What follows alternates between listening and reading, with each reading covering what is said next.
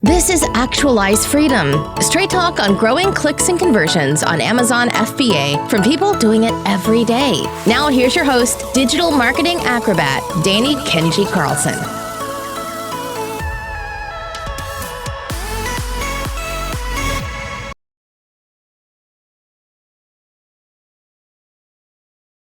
Okay, we are rocking and rolling, and we are here today with Mr. Alex Czechowski, if I am pronouncing that right. Did I just butcher it, or is that totally correct? You nailed it. We're here with the Czechowskinator. That is my nickname that I just came up with. And he is from Helium 10, and he is the expert on Portals, which is their new external traffic software for Amazon sellers. So what we're going to be talking about today is all about Amazon external traffic and the different strategies that sellers are using in 2021 for driving that external traffic and then driving their Amazon sales to the moon. So welcome to the podcast, Alex. How's it going? First off, just give us an introduction. Like, what is your background in Amazon and Helium 10 and everything like that? Right. Thank you for having me, Danny. I am a product manager here at Helium 10.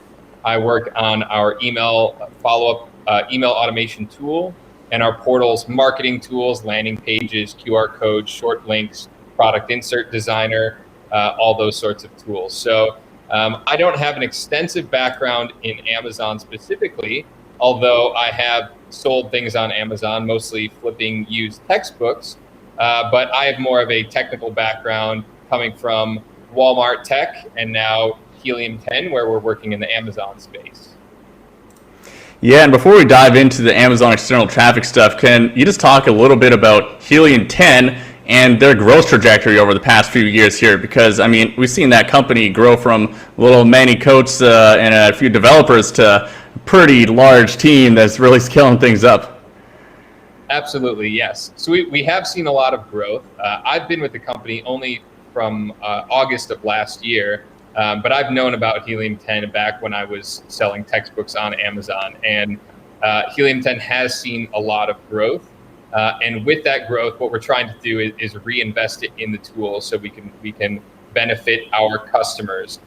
So beefing up a lot of the old tools that you might be familiar with, a lot more of the product research tools, and then beefing up even some of the net new or brand new tools that we're adding. So we're doing a lot more of sort of R&D, trying to figure out how can we make things more intuitive, build more AI into our systems, take a more multi-channel approach too. So those of you that are graduating off of just Amazon, going into Walmart, Shopify, playing in the Pinterest shop space, or even Google Shops, Facebook Shops, really trying to give you tools that you can leverage in your omni-channel strategy as well. And then the last shameless plug I'll give is our Adtomic that we've launched recently, which is our AI-powered PPC tool that we have rebranded and relaunched with a lot of new cool capabilities there too.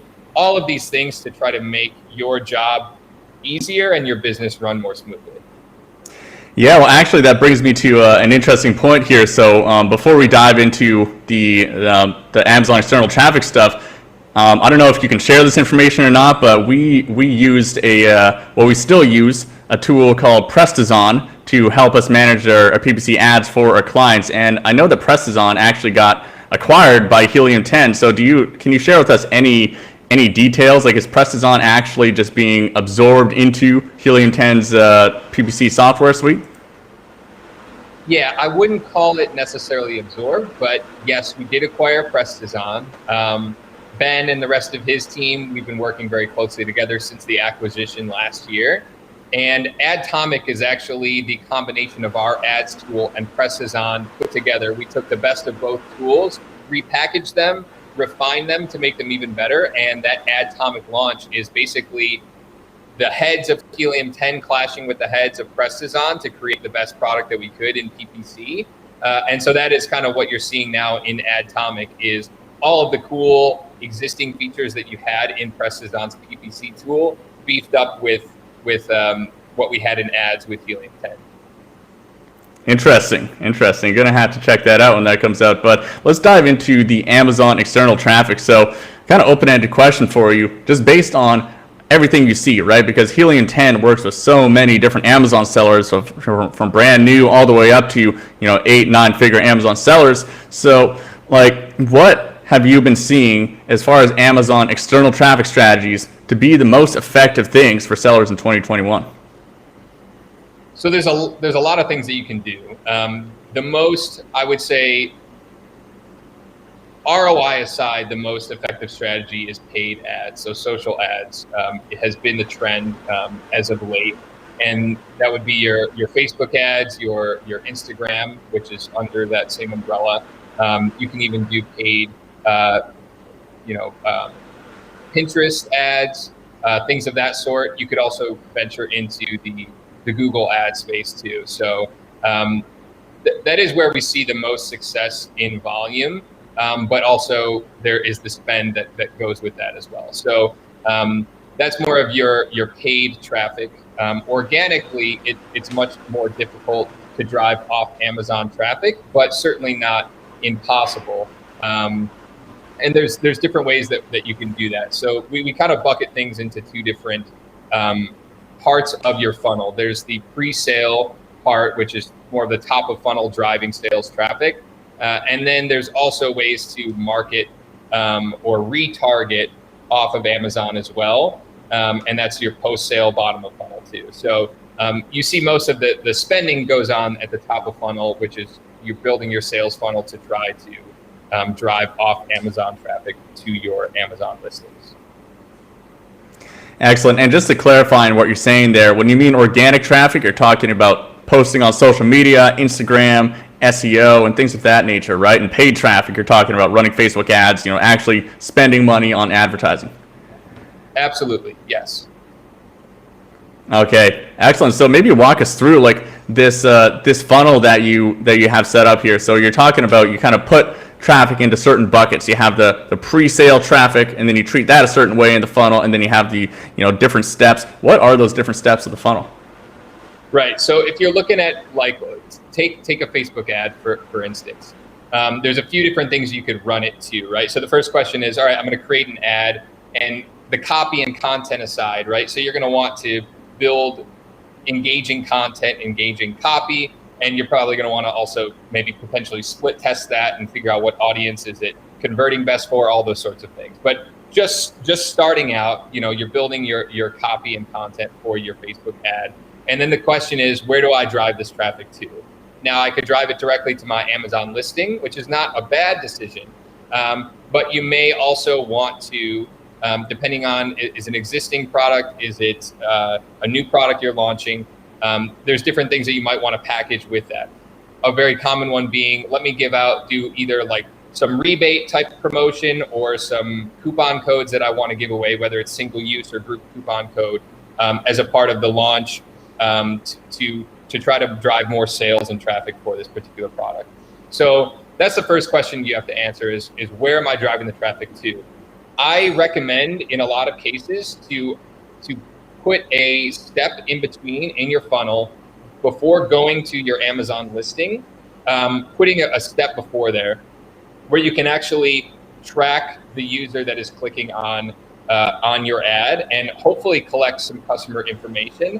And you can also use it as almost like a pre-sell or upsell sales page. So basically what that would look like is build a landing page that sells your product very well for you. There's also advantages to doing this. If you're not brand registered, there's certain limitations of what you can do with your Amazon listing. None of those limitations, however, exist on your landing page, including, all the things that Amazon, even if you are brand registered, all of the different terms of service that you would have to abide by in your Amazon listing, none of that applies in your landing page. So you can use that as a pre-sale page that all bets are off, and you can do whatever you want to try to sell that item. And stands out a bit more as well. And you can also offer, let's say, a coupon code and collect their customer information. So, we'll give you 10% off, if you buy this item today, sign up for our newsletter to stay in touch, right? All those sorts of things. So now if they've dropped off your funnel, you've probably tracked them with a Facebook pixel after clicking your link. You've collected their customer information. And you've also delivered a coupon code to them to try to incentivize them to then complete the purchase and complete the funnel. So if you were to go directly to Amazon, in some cases that might convert better because you're not adding an extra step to your sales funnel, but you're missing out on some of these other benefits that you could get by inserting that other step before your Amazon listing. And then you could also do things like if you wanted to directly add to cart, things like that from your landing page to then help try to reduce the drop off of that funnel.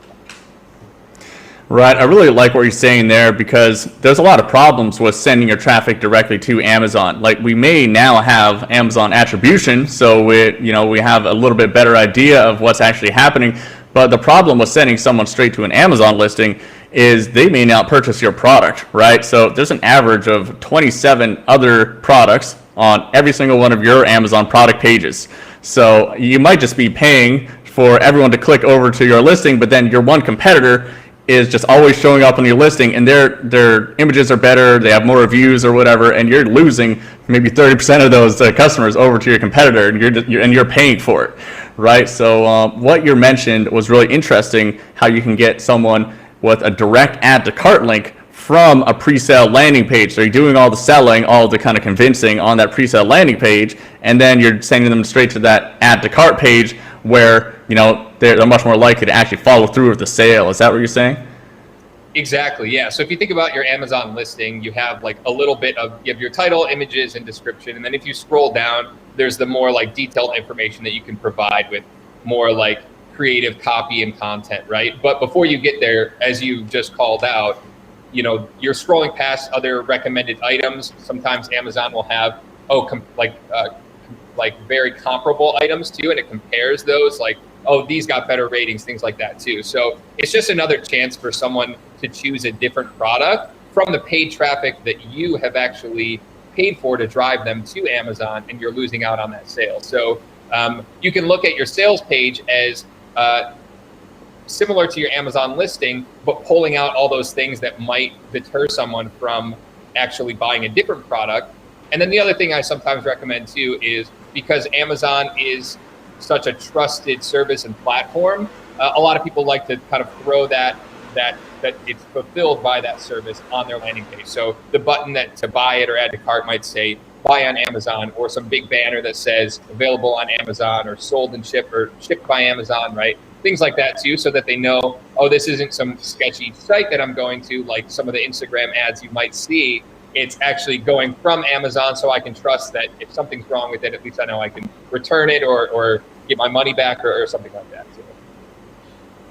Yeah, I think that's a very smart way to do it. So let's talk about what might be on one of these pages here. What kind of elements do you have on there? Do you have long form copy, a video? Like what do you typically recommend that people put on a pre-sale landing page? Right. So if you're offering any promotion, you obviously want to include that. You can do a good banner kind of notification bar that says 20% off or 10% off your purchase for subscribing. Typically, we do like a similar format to your listing, right? Let's do either some images or carousel of images of your product. Some that have more engaging video content. We'll like to start with that as well. And while it might take a little time to find the perfect design for your landing page, I assure you it's worth the time. So I've seen some folks go in and have this kind of even use a video background and have some like opaque kind of like layering on top of it. So there's some cool background going on, and then you see the product description, all those sorts of things. Other things that people have tried and been successful with is, we have in portals, we have like an artificial countdown. So it says, oh, this offer is only good for so long, right? It can say for the next 4 hours, this sale is going on. And you could legitimately schedule it to stop at the end of that too. So it doesn't necessarily have to be an artificial countdown. But you can kind of add some sort of sense of urgency that I should hop on this deal while it's still available through Amazon. And then again, promotions I think are very huge. You can do customer testimonies or reviews basically. Seem to work very well too. You can pull your existing Amazon reviews, or if you have other channels and better reviews, or if you have some like trusted customers that you want to write a review for you too. Testimonies are always a really good sales tool as well. Let me think if there's anything else that is very crucial on your landing page. Usually that's it, right? And the other thing you can consider to do is, are you selling a one single item, or are you have multiple items too? So if you have multiple items, you could choose to build it out as more of a multi-item or your product catalog storefront on your landing page as well. Just be careful that you're not offering so much that the user doesn't know what it is that the main offering that you want to give is.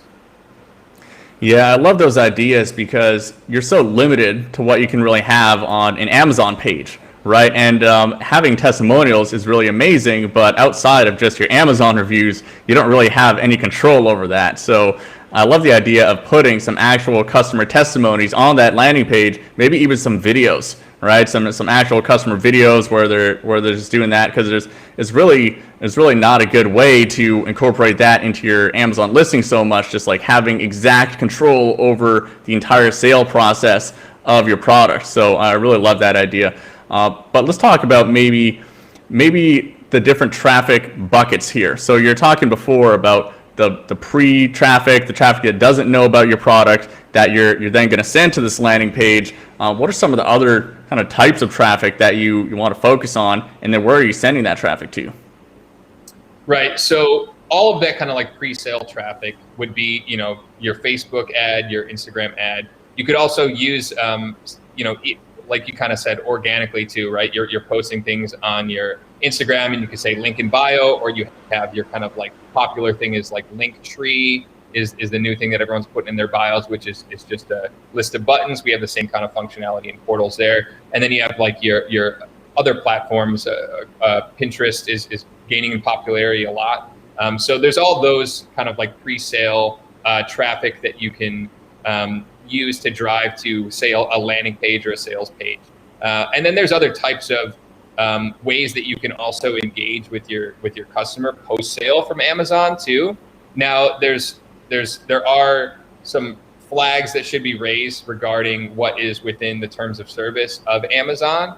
The big one is buyer-seller messaging. So you'd never want to like send something in buyer-seller messaging or via email to their buyer email that is not solicited or has to do with their order, things like that. But there are opportunities that we've seen of, which is why we kind of looked into the product insert space, because that is a lot more open, a lot less monitored, and things are a lot more acceptable in your product packaging itself. So you see a lot of people running promotions in their pack-in promotion materials, as we call them, product inserts, things like additional coupon codes to use in Amazon.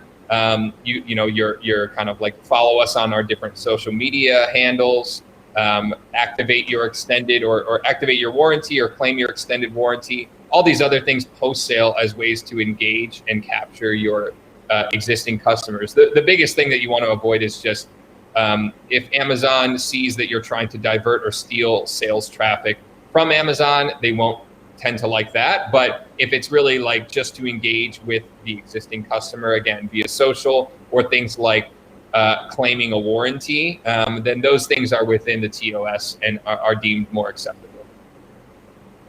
Yeah, and one point I'd like to just reiterate about product inserts is that they have a 100% impression rate, right? Every single person that opens up your product sees it, right? Whereas email or like virtually any other form like Facebook retargeting or anything like that has a much, much lower impression rate, right? It doesn't mean someone's actually going to take action on it. It just means that everyone sees it. So, I mean, you can't beat 100% with the product packaging. They at least have to grab it and like throw it into garbage or something to get rid of it.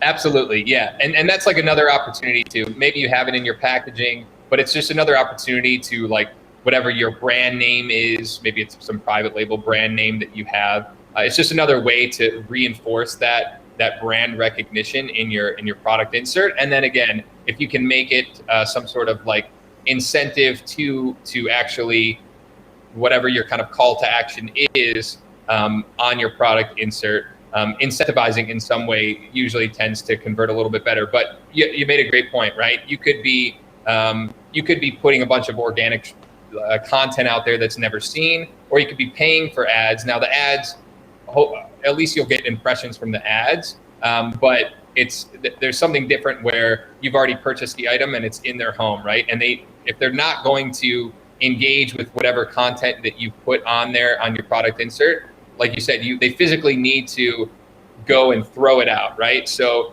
at very least, they're probably not going to leave all the contents in the box, depending on how you put the product insert in the packaging as well. They're really forced to at least look at it and see what is this before they make the decision to not do whatever it is and throw it out, right? So in terms of just getting eyes and impressions on it, we do see that they convert pretty well, even just, for the small cost that it is as well, right?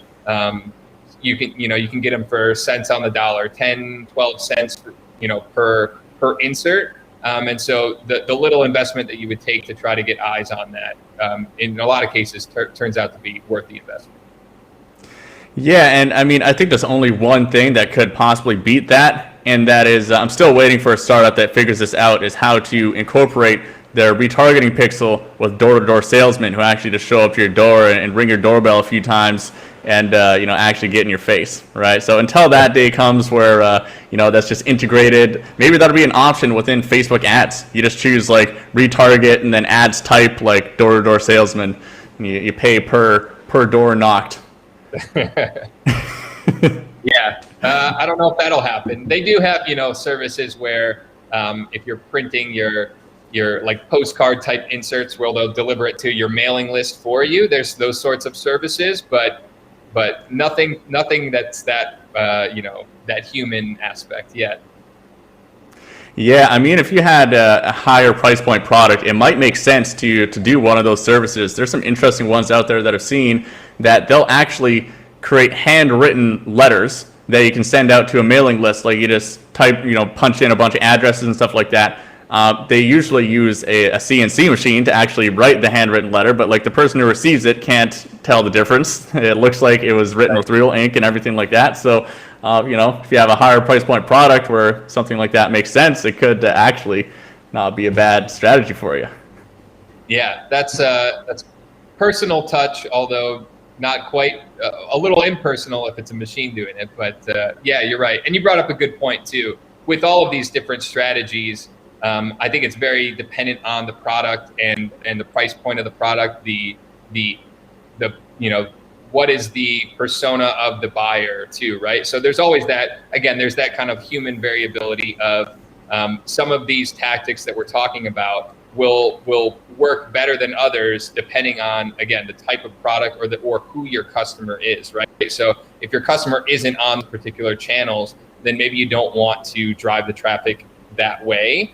So if your customer is not on Facebook, then why are you trying to run ads on Facebook? Which again is another reason to advocate for the product insert, because that's your customer already that's receiving that promotional material, versus trying to just throw it out there into the world and figure out who is my demographic that I should be targeting. Yeah, and like think about that, right? 10 cents per impression for one of these product inserts is pretty good considering the relevancy of that targeting, right? If you calculated that out in your Facebook ads for actually how much does it cost to reach a relevant person, you're getting a pretty good ROI on that 10 cents, I think. But what do you recommend that people do for these product inserts? Like, is there a specific landing page that you think that they should be sent to, and like, should they be capturing their email? What should go on there? Right. So let's talk about the design of the product insert first. So obviously you want it to be very brand forward, right? A lot of people focus on the branding of their product insert. We've seen people put, a lot of their product images on it, but the ones that I've actually seen that seem to be a little bit more professional use a lot of like lifestyle images on there. They usually have something about the mission of the company, a little thank you message potentially from like the owner, all those sorts of things. Here's where you follow us on social media. So there's all of these things that you might want to include in your product insert. Now there's others that keep it extremely simple, where it's a little almost business card size and just says, go to this link or scan this QR code to activate your warranty, right? So again, I think it just depends on who your customer is and how much do you want to invest in creating really good content and copy on your product insert. Same as your landing page, right? The more time you spend on it, it may improve how it converts, it may not. So things to test out, and you can test those out if you'd like, have 2 different styles that you send out and see what works better, that sort of thing. As far as where you might want to direct them to, again, it depends on what your strategy is. There's the kind of like social media strategy. So maybe your goal is to just get more followers and engagement on social, in which case you may want to just push that as heavily as possible. I've seen sellers that do like a weekly or monthly drawing, follow us on these 2 accounts or something like that, and we'll do a drawing for a free gift, right? So again, incentivizing them to go and do that, whatever that desired action is. So if that's your goal, more social, you put your different account handles on there and maybe do some sort of drawing that way. And then there's tools that you can do that like randomly select one of your followers, right? So there's things to kind of automate that and make it truly random. A very popular one that we've seen is, again, the warranty activation one. So maybe you don't offer any extended warranty beyond what Amazon requires you to do, but maybe, and again, I think it's very product specific. If you're in a product that might break, more like that has moving parts to it, or any electronic type item, or utility mechanical type item that users or your customer might think could break, might be more apt to might opt into your warranty, or higher price point items as well, right? If you've got a cutting board, they're probably not going to do that, right? In what world is that going to break within 90 days or something? But a little electronic gadget, Bluetooth speaker or something like that, then they might want to, or again, higher price point item. So warranty activation is a very big one too. And then you could always do, the whole coupon code, or offer some sort of future discount. A lot of people frame that as join our like VIP list to learn about new products and get exclusive promotions. Or you can say an instant, get a 10% off your next purchase. A lot of those work really well, again, depending on the product. If it's if it's going to be like a very repeat buyer type product, so like more like consumable type items, then they might work better doing a future promotion, because if you see a lot of repeat buyers, right? So if you're doing dog treats or something, like a dog toy that your dog chews up every month and you keep getting the same one, then a future discount might be more enticing to your customer too. So again, it depends on your goal and who your customer is. But in any sense, I think there is an opportunity for all types of products to engage in this type of promotion. And again, what you can do is, you can do just a link to wherever you're putting them to. A lot of times you want to shorten that link so it's easier for them to type in. So you use a URL shortener. QR code has, now with COVID too, you go to any restaurant, you're scanning a QR code to see the menu. So I think everyone is familiar at this point with how QR codes work.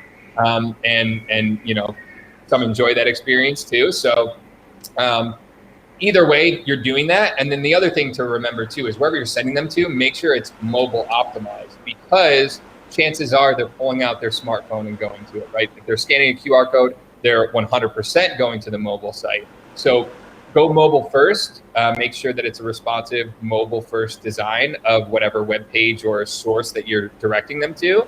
And then make sure that you're probably doing things like we talked about with Facebook pixels, those type of tracking integrations.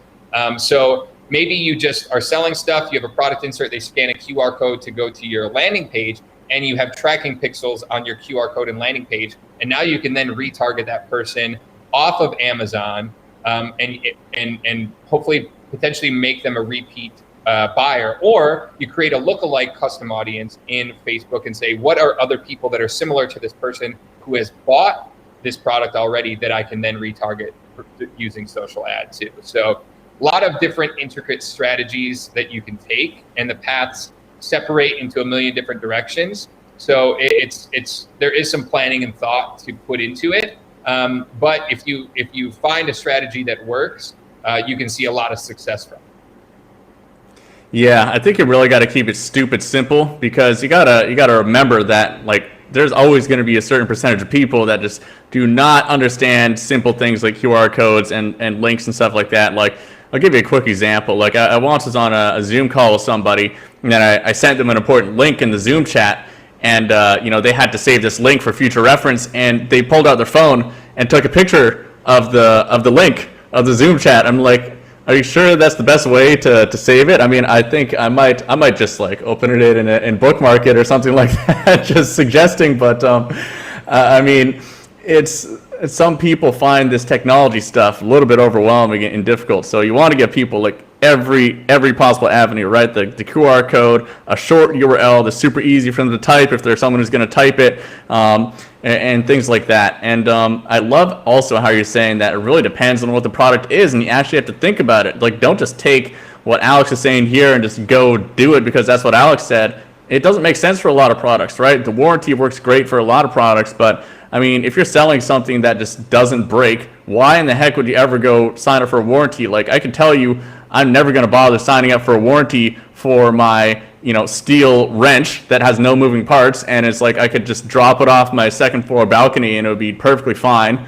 But for an electronic product, I probably would, right? If it was an iPhone or something that would potentially break down or is expensive, then absolutely I'm signing up for that warranty, and that's really good. So I love how you say that you really just got to think about it, like what makes the most sense, like what is actually an enticing incentive for your customer to go through and stop what they're doing in their busy day. Because I mean, signing up for your email list is not your customer's priority at all. No matter how awesome you think it is, you have to make it awesome for them and make it worth it for them. Exactly. Yeah. So, some of these strategies might not be right for any products. I would argue that you could probably find some way. So, the wrench, you're probably not gonna run a Facebook ad to sell a wrench. You're probably not gonna use an extended warranty to sell a wrench. But maybe if you said, subscribe to our newsletter or follow us on social media, and we do a monthly drawing for this $200 tool set. Now that might work for that type of customer. You just need to figure out, is the ROI worth it to actually do some sort of giveaway to that extent? So again, there is like you said, a lot of thought that should go into it, and it's not an out of the box or one size fits all approach. Yeah, very important piece there. Well, awesome, Alex. We're at the end of our time here. If people want to learn more about Portals, this new Helium 10 tool that goes into the landing pages and all that kind of stuff, just give us a little overview, like what does this new tool do, and where can people learn more about it? Right. So, like I said, the Portals, we have the landing page builder. We have different portal types. So sales pages, warranty activation pages, if that's what you're using, where we'll then we can even validate that it's a real order ID before we let them activate the warranty. We have a button tree similar to your link tree that you might put in your bio that has a bunch of different links, for different maybe products or different storefronts that you have for your brand. So we have the portal landing page builder, also have those integrations that we talked about, if you want to put Facebook pixels on it, those sorts of things. We have forms where you can collect customer information and store it, and then, export it to other systems or retarget those customers that you've collected through your landing page, through your portal. So there's a landing page piece. We have the product insert designer piece of Portals, which is choosing from different design templates based on whatever your strategy is. We'll be adding some kind of what we're calling featured insert templates too, where we're actually working with affiliates and professional sellers that, quite frankly, spend a lot branding and coming up like in design to design their product inserts, spent a lot on some like marketing or branding companies, and they've actually worked with us where we've templatized their product inserts, and you can design them and customize them for your product and brand too. So we'll be launching that very soon, but product inserts is available today. We have the QR code generator and short URL creator too, where you put in, whatever URL, destination URL you want, and then you can shorten that link or have a QR code and then start tracking who's scanning it, where are they, what device, all those sorts of things too. So you can start using those today. And then we have a few other features that'll be coming out in our marketing suite of tools to help you better use all of those things that I just described there too. So if you do want to get started and try using some of those features, that we have in portals, you can go either directly to helium10.com and sign up for a free account to get started. If you already are a Helium 10 user, you can go to portals.helium10.com and start using all of these portals marketing tools that we have available to you. Boom. And whenever you say portals, I always think about that old Xbox game where you're just like, you have this crazy gun and you like shoot a wall and it'll turn into a portal and you can start like teleporting through these crazy portals. So any of you video game nerds out there will know exactly what I'm talking about.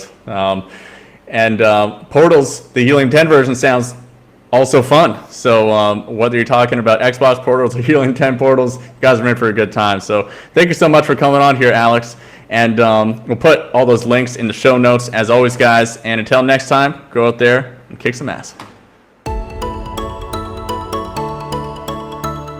For show notes and resources mentioned in this episode, visit kenjiroi.com.